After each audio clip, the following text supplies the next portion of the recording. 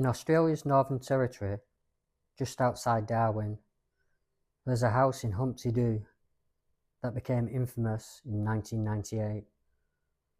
Not because anyone proved a haunting, but because for a stretch of months, the people inside claimed their home stopped behaving like a home and started behaving like something was playing with them.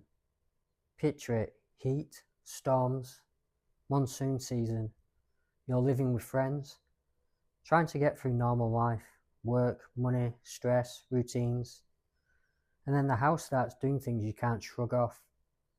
That's how the Humpty Doo story begins. Ordinary people, ordinary place, and then one night, it isn't ordinary anymore. Accounts describe the activity building in layers. It started with small stones and pebbles, not outside but inside. People reported pebbles landing on floors, tables, beds, even hitting them as if they'd been dropped from above. One detail that gets repeated is that these stones were described as dry, even during wet weather, which made the residents feel it wasn't just something flicked in from outside. Then it escalated, not just stones. People reported objects moving and flying, knives, bottles, tools, batteries, glass, sometimes appearing to drop straight down, other times seeming to whip across a room. And this is where fear becomes personal. Because once something starts flying in a room, it's not a spooky story anymore. It's safety. It's your sleep. It's the feeling that your own home has become unpredictable and you don't know what will happen next or who will get hurt. The house also became known for something even stranger: messages. Reports describe words appearing on walls, on the floor, sometimes made from stones, sometimes spelled out using items in the home.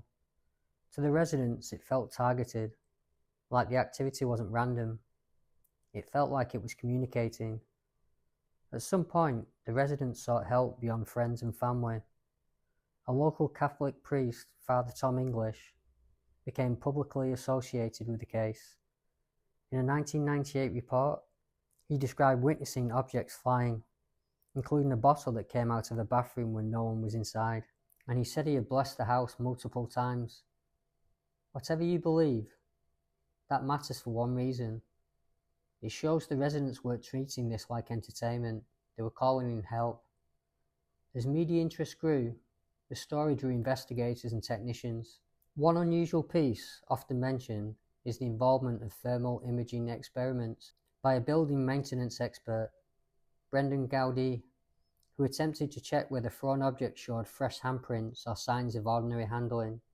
The case is referenced in a recent academic review of Poltergeist reports, which notes those experiments took place at Humpty Doo in 1998.